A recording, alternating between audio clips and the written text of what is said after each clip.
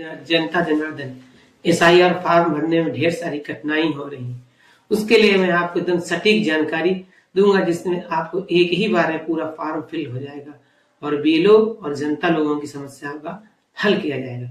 सर्वप्रथम जो प्रपत्र हमको बीएलओ दे गए हैं लोगों को, उसे भरना है। मैं आसान तरीके में आपको उसको भरना सिखाऊंगा। इसमें देखिए, सर्वप्रथम आपको पहले कॉलम में अपनी जन्म तिथि डाल देनी है, जो भी आपके आधार पे जन्म तिथि है।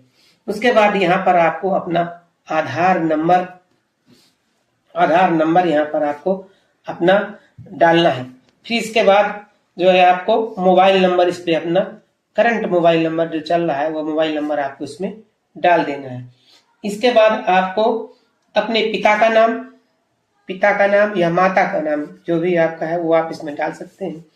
फिर उनका एपिक नंबर, आपको जो कार्ड है वोटर कार्ड, आपके पिता के वोटर कार्ड में एपिक नंबर पड़ा होगा, उसको डाल दीजिए। फिर यहाँ पर आपको माता का नाम डालना है। फिर आपको यहाँ पे माँ का नाम डालना है।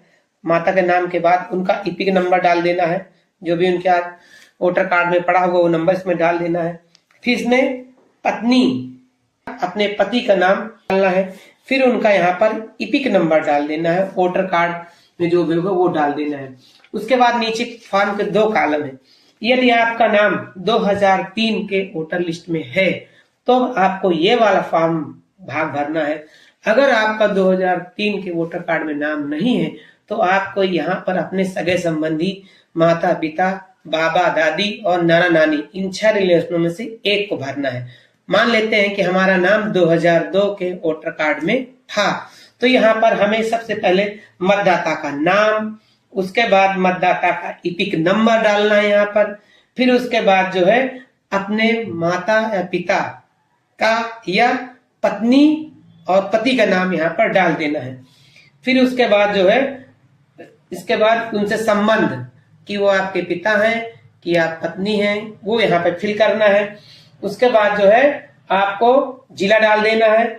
फिर प्रदेश का नाम डाल देना है। फिर 2003 के वोटर लिस्ट में आप जिस निर्वाचन क्षेत्र में थे उस निर्वाचन क्षेत्र का यहाँ पर नाम डाल देना है। उसके बाद इसमें आपको भाग, निर्वाचन क्षेत्र की संख्या, उसके बाद यहाँ पर भाग संख्या जो कि वोटर लिस्ट के फ्रंट पे लिखी होती है ऊपर, और कितने नंबर पे आपका नाम है वो डाल देना है। इतना भरने के बाद यदि आप 2003 के वोटर लिस्ट में नहीं थे तो आपको ये वाला फॉर्म कॉलम भरना है। ये भरना भी बहुत ही आसान है। यहाँ पर आपके माता पिता, दादा दादी या नाना नानी जिनका भी वोटर लिस्ट में नाम है उनका रेफरेंस देना है। तो सबसे पहले यहाँ पर ना, जैसे मान लो हम अपने पिताजी का दे रहे हैं तो यहाँ पर पिताजी का नाम भरा जाएगा। उसके बाद उनकी एपिक संख्या भरी जाएगी। फिर उसके बाद जो है पिताजी के पिता, अगर पिताजी का डाल रहे हैं तो अपने बाबा का नाम यहाँ पर आपको लिखना होगा। फिर उनसे संबंध, यहाँ पर आप पिता लिखेंगे। फिर यहाँ पर आप जो है लिखेंगे कि जिला, किस जिले में थे वो, जिस जिले के रहने वाले। बहुत से लोग माइग्रेट करके दूसरे जिले चले जाते हैं, इसमें 2003 में जिस जिले में थे वो जिला का नाम आपको डालना है। निर्वाचन क्षेत्र का नाम, उसका जो है निर्वाचन क्षेत्र का नाम डाल देना है। और उसके बाद निर्वाचन क्षेत्र का क्रमांक संख्या, और उसके बाद भाग संख्या, फिर क्रम संख्या वोटर लिस्ट में कितने हैं। इसकी एक स्क्रीनशॉट लेकर फोटोकॉपी भी निकला लेनी है। उस फोटोकॉपी में उसको जो है अंडरलाइन कर, उसके बाद आपको यहाँ नीचे जो है अपने साइन करके अपने बीएलओ को फॉर्म देना है, जिससे 4 तारीख के बाद जब 9 तारीख को वोटर लिस्ट जारी होगी उसमें आपका नाम आ जाएगा। पहले गूगल खोल करके उसमें वोटर लिस्ट 2003 उत्तर प्रदेश लिख के सर्च करना है, और जो सबसे पहले ECI वेबसाइट आएगी उसी को टच कर लेना है।